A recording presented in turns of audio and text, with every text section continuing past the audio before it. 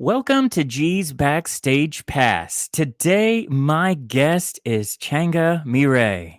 Welcome. Hi, G. Thank you. Thanks for having me. So, aside from being a jazz singer and a recording artist and a creative, who is Changamire?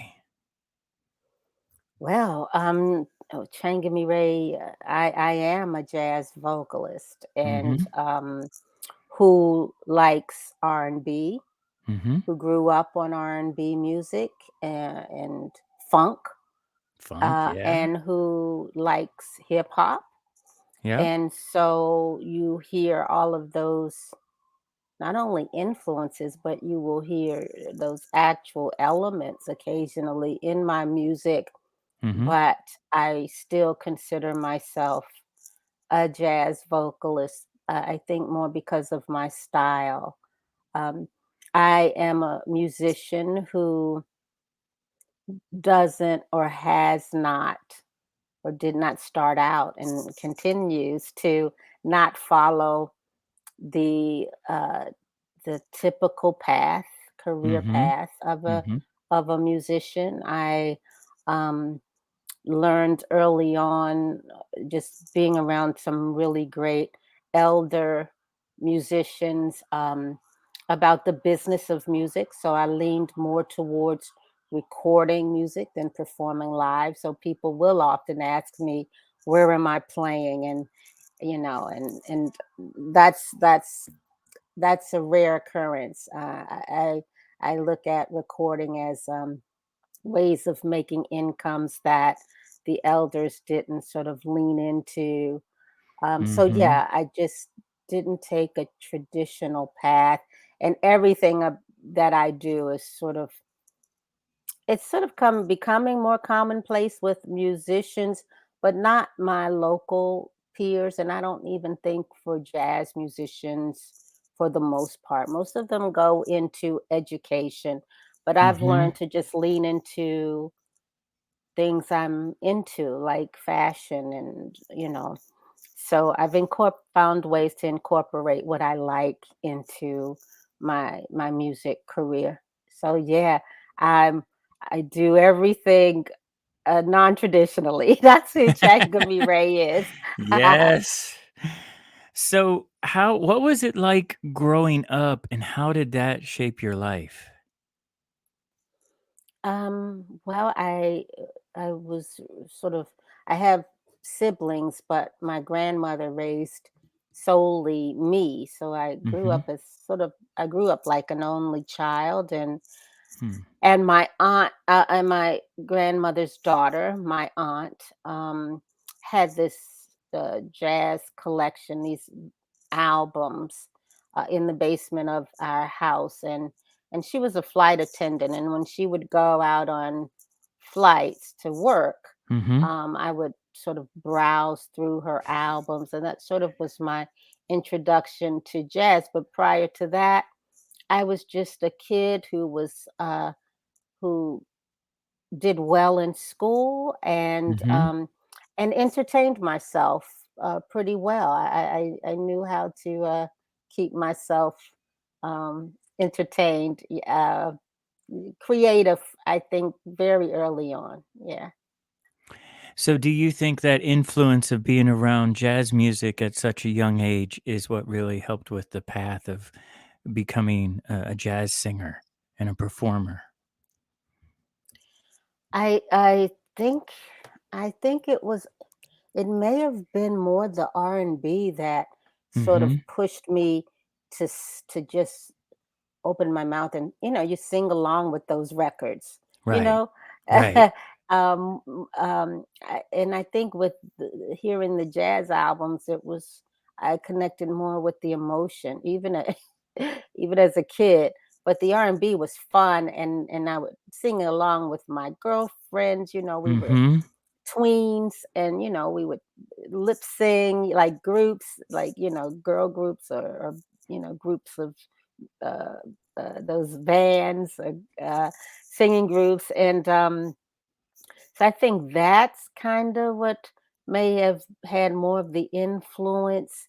And Mhm. then as I got older, I started appreciating probably the depth of the lyrics in those albums that I just used to Mhm. enjoy the music too. So yeah, and then the same aunt, she exposed me to art, the art Mhm. galleries. She would take me to the museums and Mhm. to restaurants, and she would introduce me to food like escargot, because she traveled the world like Right. that. And Right. so I think a lot of the creativity is a result of being around her Yeah.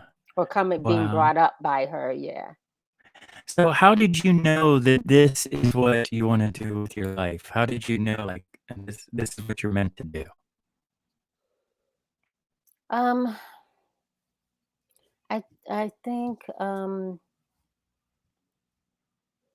it wasn't until, like, my brother, like, eventually I got to started getting to know my siblings. I was, Mhm. in, like, 18, a young woman, when I first started to get to know them and vice versa.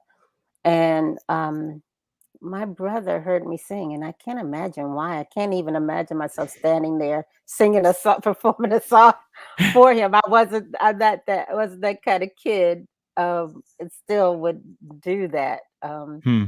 But must have heard it or something, and he referred me to a childhood friend of his that grew up in their neighborhood, and he turned out to be the keyboardist for Gil Scott Heron. He went on to Mhm. become this great, internationally touring musician with Gil Mhm. Scott. And Mhm. he told this guy about my singing, and I visited him in his studio here in the DC area, Mhm. and he was my first vocal coach. And so just Nice. my brother acknowledging, Yeah. like, "Oh my, I want you to meet this guy." So that kinda is what sort of maybe let me know I had something, and Yeah.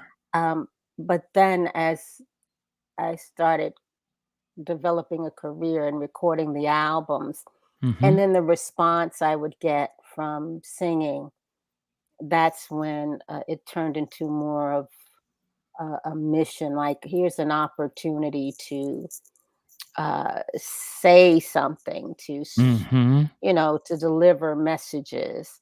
Mhm. So yeah. So let's talk about the creative process and when you are putting a song together and you're putting all the pieces together, the creative process. Oh, okay. I'm in a songwriting class. It's called Bad Kids Class, and um, and one of my classmates had this quote that what is it? It is that melodies come from God and Mhm. lyrics come from your experiences. Hmm. And so yeah, and so I think that I don't know sometimes which comes first. Mhm. Sometimes the melody comes, and then it's about fitting some words into that. Mhm. Sometimes my feelings got hurt, or something Mm. joyful happened, Yeah. and I will put that into words, and then may play around with singing them, Mhm. and maybe it'll turn into a song. Um, w- I also am big on visuals, Okay. so Yep. I may like if I'm putting together a document to pitch to a sponsor. Mhm. I put in all of the visuals first and write around it. Uh, Hmm. Art is a big part of my creative process. um, whether it's what I'm doing or visuals, whether it's what I'm doing on stage. And of course, if you had a budget, wouldn't it be great to have some great set behind you, or some video swirls like you see on the award shows, or Yeah, something yeah, going. I mean, that's the ultimate of my creative process. That it's all encompassing. It's audio and it's visual. But yeah, what comes first, the chicken or the egg? I can't say. right. Well, I love that because some people may think like, oh, well, music, songwriting, there's a music portion, there's a lyric portion with art, there's a visual portion. But what you're saying is it all comes together and it's just a creative process. And it's not like it's a system. There's no system that you're going to write a song and this is the first thing. It just, intuition, inspiration, right? Yeah, you Yeah. just take it how it comes, however it comes. Yeah. Welcome it in and do with it what you'd like. It'll probably turn into something beautiful because Yeah. it came out of you. You're going to love it. Now you let someone else hear it, that's a different story. But you're going to love it. Right. And it's being authentic to who you are. It's not Yeah. trying to be somebody that you're not. It's like these are your stories. This is your art, And when it comes to, getting the voice is an instrument, as we know, right? And I think a lot of people think, okay, before singing, you have to warm up your voice. And what Sandy and I are showing our band members in Rockstar is that every time you talk, because it's an instrument, you have to warm up your voice. So as having all this experience, 20 years of being a jazz singer, you must have some type of system, process of how you warm up your voice. Well, yeah, I would strongly recommend, and most uh, I know speakers today, and certainly vocalists. Mhm. We go to some sort of coach. I strongly Mhm. recommend a speaking coach or a vocal coach if you sing. Mhm. Um, but and I'm not that, and you'll get those techniques that will help you to build your voice, uh, to make it stronger over time, where you Mhm. have full command of it, where you can whisper or you Right. can really bellow. The coach is going to teach you those things where over time you have such great command. But my tip would be, once you have that, and I don't think that it's a 4-year course, or Mhm. or a 3-month course. I think this is something you do, for the length of your career. Right. But in addition to that, I think that in addition to the vocal exercise, there's physical exercise. There needs to be physical Mhm. exercise because the vocals um, are best supported by the lungs, and you Mhm. have to have strong lungs, and to get that, you have to exercise. So I think physical exercise is a big part of it, and finally, tons of water. Drink tons of water. Yes. Cheers. On Well, that it's note, you take coffee. It's probably not the best for it. vocals, but it wakes me up. Yes. So, when it comes to preparing and getting ready to step out on stage, like we talk about this in a lot of these, your favorite singers don't just walk out on stage and grab a mic and start singing. There's a lot of preparation that goes into it. So I'd love to know more about, what we call the pre-production part of it, or the rehearsal. Like how important is just getting that rehearsal and things before you go out and perform for the public. It's kind of that thing, we've heard, and I'll say that we've heard about, the whole idea of 10,000, put in 10,000 hours to master Hmm. something. I mean, but we talk about Michael Jordan has to throw up I don't know, 1,000 baskets in order Yep. to get those 50 in a row, or I don't know what the Yep. actual Yep. numbers are. Yep. So prepare, prepare, prepare Yep. so that you can,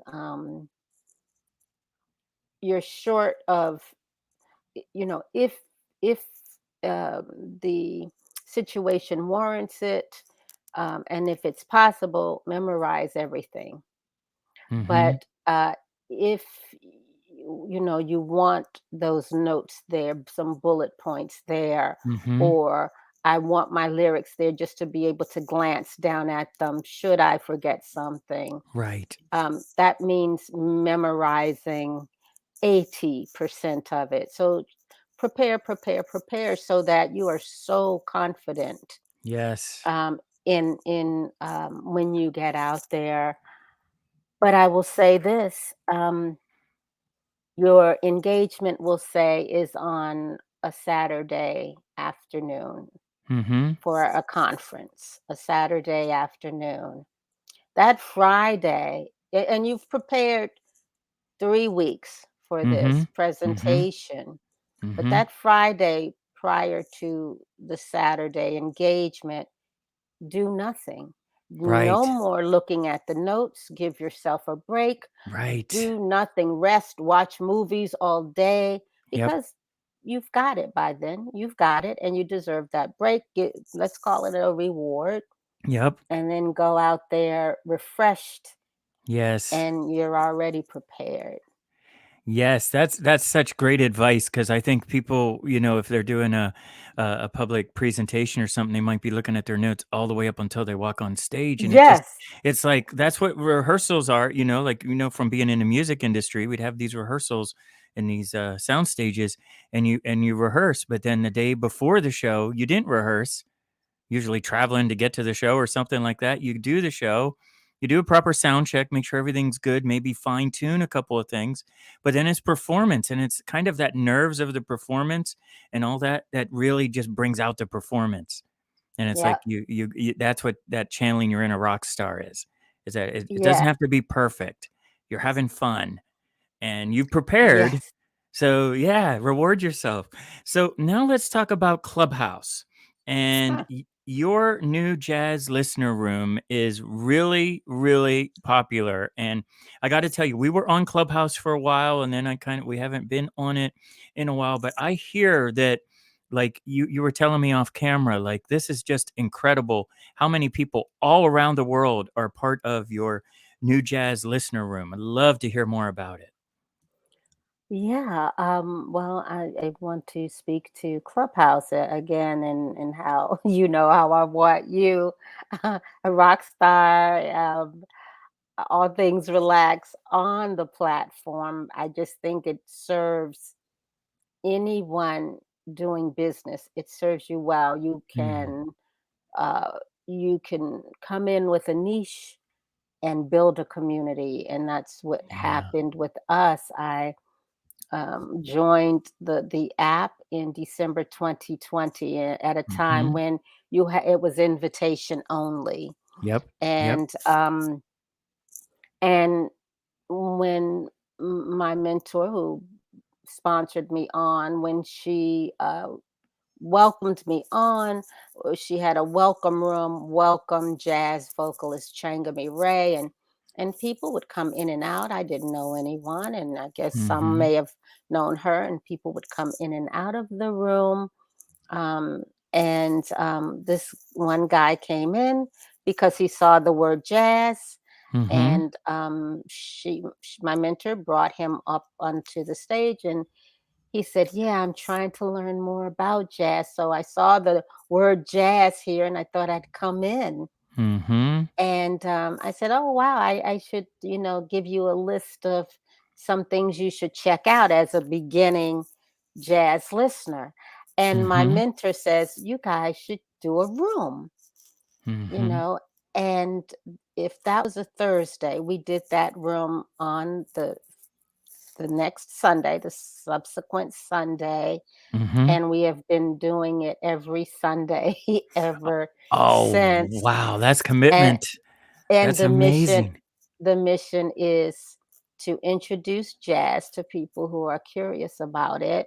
And Wow. since December 2020, our club has 11,000 members, Wow. um, solely with that mission. It's not deep converse.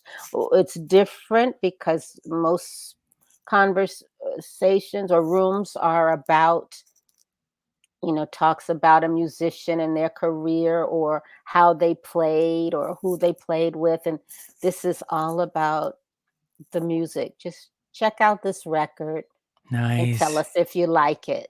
That's it. And Nice. so, yeah, that's the new jazz listener. And speaking of going back to what I said about the niche Mhm. for all things relax and rock star is Mhm. December 2020. There was no conversations about jazz on the app, none. Right. And so Right. it's not that I'm this brilliant, thought leader. But It you was a are. But you oh, are. thank You're you. humble. You are. Yes. uh, Yeah. it was a blank spot. Yeah. It was a blank hole Yeah. there, and I got there first. Now there are tons of jazz rooms, and I mean, Mhm. just wonderful Italian jazz, Japanese jazz rooms, and Nice. um, uh, just everything's there. But I was there first, and so I encourage your viewers to Yeah. consider that platform for doing business. Find your niche. Just search. Use the search tool there, Mhm. and just really whittle down what you do and see if there's a hole there, and start creating conversations around it. And you'll find that people want to know what you have to say about that thing that no one else is talking about. Yeah, like you said, it's really about creating community, and that's one thing that you can and with all these platforms and even YouTube and podcasts and everything, you can reach people all over the planet. And I Yes, think it's with beautiful. the pandemic, it made everybody like it took everybody apart from like disconnected. But then I think what happened out of it is that it connected people in a stronger way. I think people are more open to having video chats and going to Clubhouse and watching YouTube videos and learning and the fact that you're bringing like because jazz is just every musician I've ever worked with, doesn't matter if they were rock or pop or country or whatever, every one of the drummers was influenced by jazz. Wow. Every drummer. They Wow. would, I mean, they may say the Rolling Stones and all that are their heroes, and but they would when sound check, they'd be like, "Man, I love that jazz rip. I'm gonna put that into the song," like because jazz Wow. is so dynamic. Jazz isn't like I don't even know how to describe it. I mean, it's like you said, it's a feeling. It's emotional. Yeah. It's one instrument can be playing at one time, but it can sound like an entire orchestra. And yet it's the only music, in my opinion, that everything can drop out and go completely silent, and yet the song is still going. Yeah. Now, Yeah. you don't That's have that's that in rock or profound. pop. You don't have that. The Wow. drummer's just playing with the brushes and all of a sudden just holds on that note, and everybody in the band knows and goes, and then boom, all of a sudden the bass player comes in right on time, everything like it's just in the pocket, right? I talk about this Yeah. in the training of Rockstar.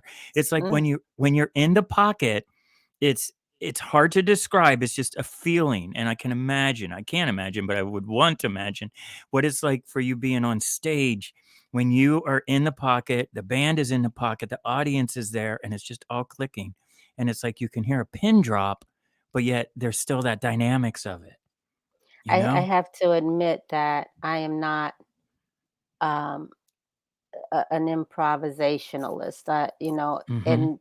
And some will say I'm not a jazz musician, but Oh, I tell no. you, I'll tell you one thing.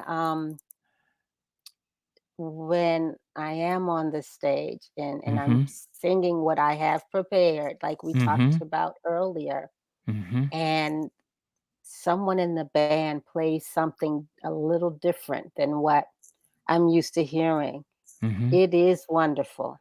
It is Yeah. absolutely, it really puts me right there in that moment. It is wonderful. You're right. There's a feeling to it. It's Uh, uh y- and Yeah. and to bring people into that, especially a new generation or even, our age, my age generation, like realizing, oh yeah, you're right, because it's just it's a feeling Yeah. more than I would say, even more than just the music and things. There's a feeling about jazz. It's just incredible. So Let me just now, say this one yes, thing too, G. yes, I just shared a video on Instagram of hmm, Neumann. I think that's how you say the microphone company, Neumann, or is it yes, Newman? yeah. Neumann? Neumann's how I've always heard it. Yeah. Okay, Neumann just they're bringing back this old uh a tube microphone Oh wow. and they're they have an Instagram page and it's just spectacular. It's just making my heart go pitter patter to look at this mic. And they Yes. said it was recorded by Jess. It's from the 40s and 50s, 40s and 30s, I think, and they're Wow. redoing it and bringing it back. And the visual, because I'm a visual person, the Yes. video they made is just so awesome. So I remixed it and I Mhm. put Ella with it. Ella Oh, Fitzgerald wow. singing, oh my gosh, oh god, I forgot what it is. It's Cheek to Cheek. Oh, I'm in heaven. I'm in Okay. heaven. Because that's what when I saw that video, I was like, Yes. "Oh my god, I'm in Yes. heaven." So I searched Instagram's Yep. audio library and there was Ella. And that Wow. video with Ella's voice, Yeah. because here's the video on Neumann's page. Neumann is huge, Right. but I put Ella with that video. That Yes. jazz, what you're talking about, that feeling. Yes. It's up to about 1,400 plays, I think now. So yeah, Nice. check yeah.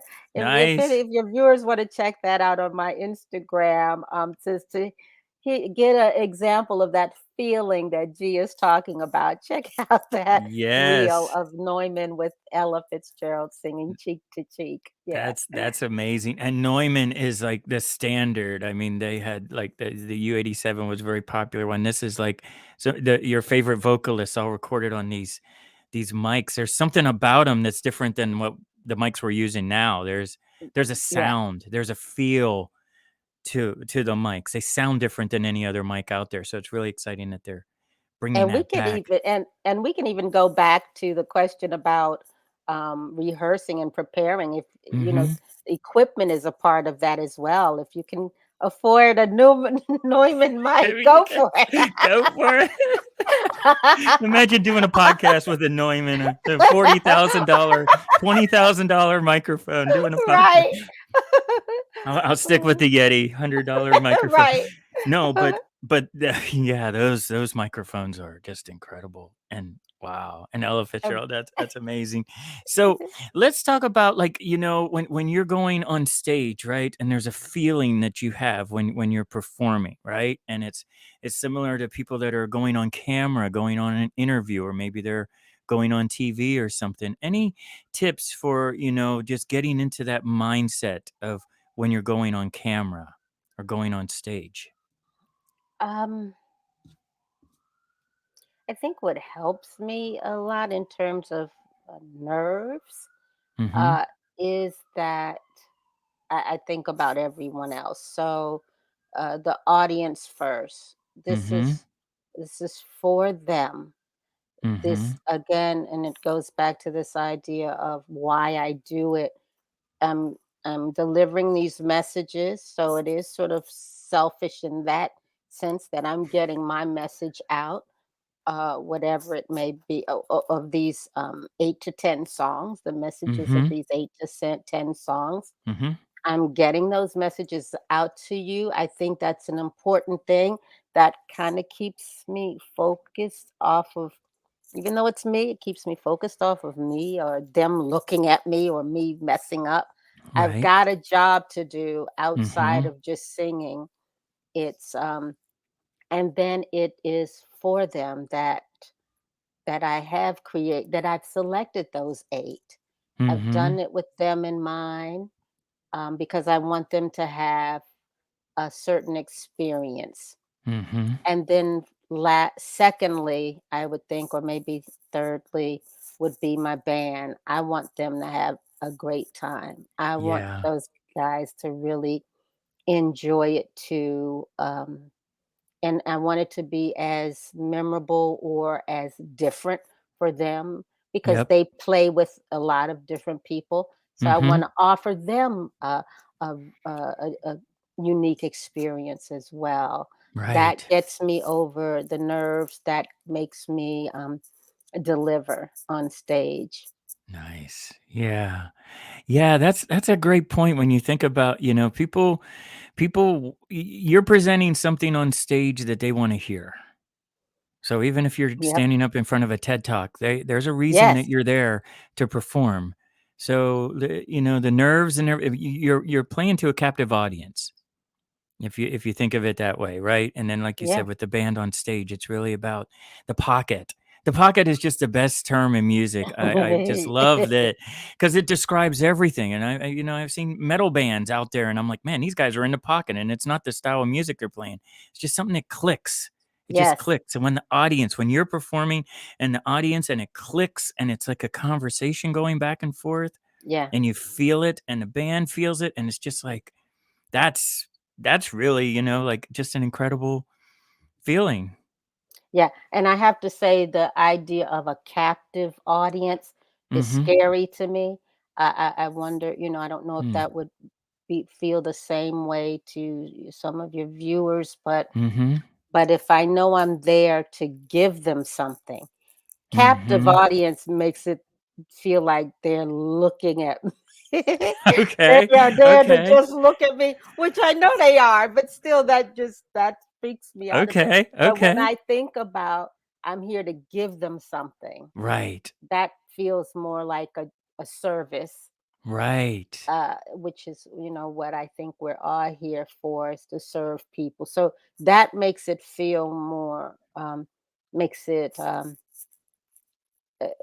takes all the nerves away because I'm here to give. This is what I'm on this earth to do or Right. for.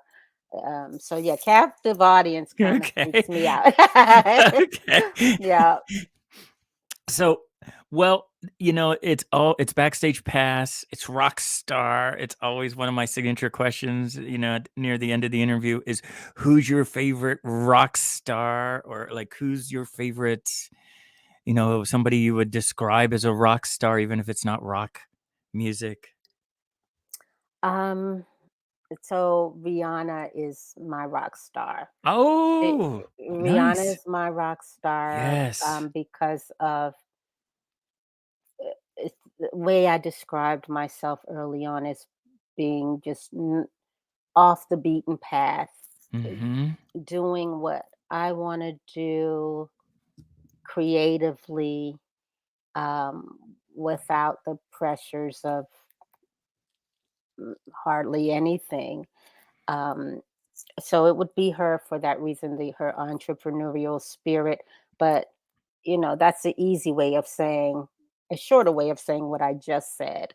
You Mhm. know, I can I can have a lifestyle boutique Mhm. because my aunt Joni, introduced me to luxury shopping, when she raised me. I can have a I can sell art Mhm. because Joni took me to art galleries and put that on the website right next to my albums. Right. So yes, so Rihanna is that rock star for me.